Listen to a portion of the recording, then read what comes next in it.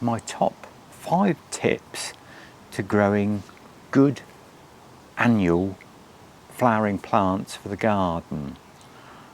Tip 1 must be deadhead as often as you can. Things like marigolds, petunias, dahlias, even the cosmos. The vast majority of annuals do better if you can spare a few minutes, even every day or every other day, or even just once a week, but they do like to be deadheaded. Obviously, the whole lifespan of an annual plant is all it wants to do is reproduce and set seed, and that's it. Whereas in your garden, you want to keep it flowering as long as possible.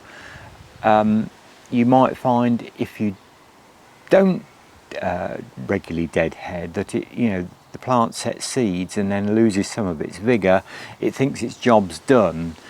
Some of the more modern varieties have got better and don't necessarily need so much deadheading, but certainly, as I've just mentioned, things like petunias, any of the African or French marigolds, dahlias, I go round every day and try and cut or break off as many deadheads as I can before they get too far advanced in the decay stage. And it also, we're having quite a wet year here in the UK this summer at the moment in time. It also does, if you pick the dead wet flowers off, certainly off things like, again, marigolds and petunias, it can lessen the chance of getting fungal diseases into the plant like botrytis or grey mould. So that's tip 1, deadhead. Tip 2, water. And there's more plants that are bought and lost through not watering than overwatering. So annuals will tolerate a period of dry soil, but they do like a damp soil, and so it's far better to keep the soil just damp if you can again. And also, when I'm watering with a hose pipe, I have nothing on the hose pipe at all, and I water right down at the roots. Don't have one of these spray things on, they're useless for annuals. All you'll do is water the flowers and damage the flowers. Annual flowers don't like a lot of water on them, so take all your fancy gizmos off the hose, just have a plain end of the hose and water down at the roots, and you'll find it'll stay damper when you've got a good cover of plants anyway. And likewise, if you're doing it with a can, don't have a rose on the watering can, just aim the can down at the roots. Likewise for tubs, that goes as well. You don't want these spray things on, just an open-ended hose pipe and keep them damp. They do like, they're like the heads in the sun, but their feet in a nice, damp soil. Tip 3 is, do remember that some annuals make quite good cut flowers for the garden. Don't be afraid, particularly like dahlias, asters, even cosmos. I sometimes cut and put in flower arrangements. So have a go. Don't be afraid to, particularly if they're intergrowing with each other, and you can make a bit of room. Cut some of the blooms off and put them in water. And likewise, particularly in these, like having quite a wet period of time here, and you can enjoy the blooms inside. As I say, particularly things like dahlias and asters will last a long while if you cut them. So have a go. I know things like petunias and French and African marigolds, you can't do that, but I've even put things like antirrhinums in flower displays and arrangements that I've done. So have a go. It's worth it, definitely. And I think certain annuals make really good cut plants. I mean, some of the Rebecchias make lovely, super cut flowers, and they're so bright for the, you know, to put inside occasionally. Tip 4, have a go at growing, even if it's just a few annuals every year, from seeds.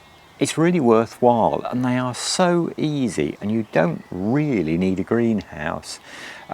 Things like the marigolds, you know, even certain, you could grow a little few petunias on a windowsill, and, you know, just on a very small scale, have a go.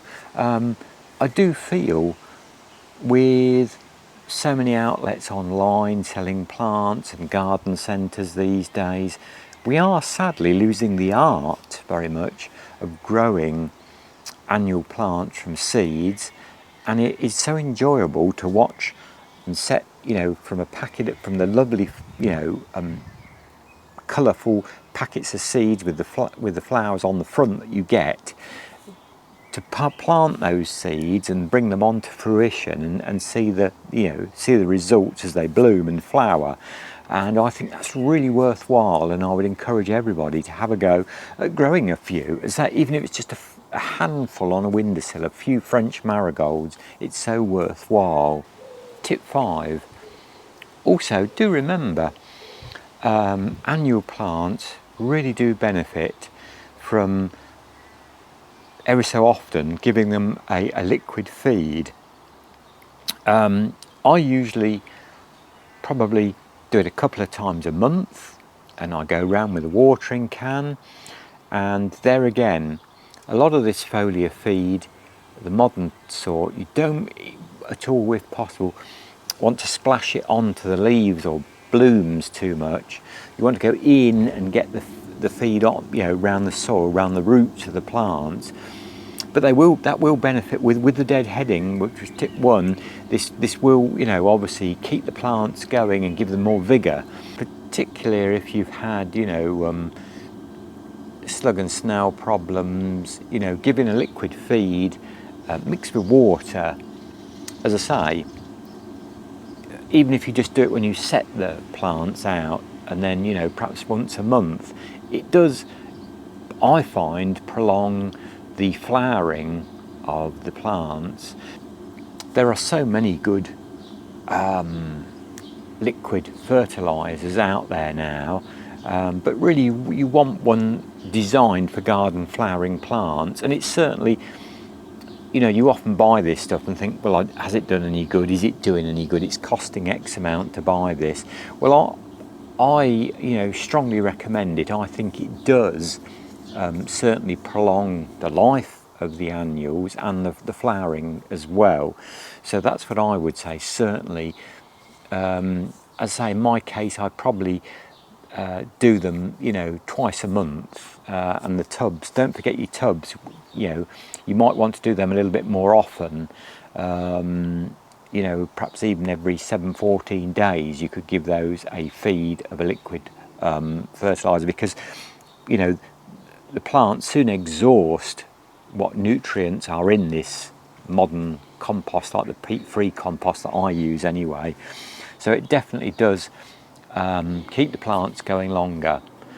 And finally, it's not a tip, but get out there and enjoy your hard work and enjoy the colour and the joy that annual summer plants, you know, can bring to the garden.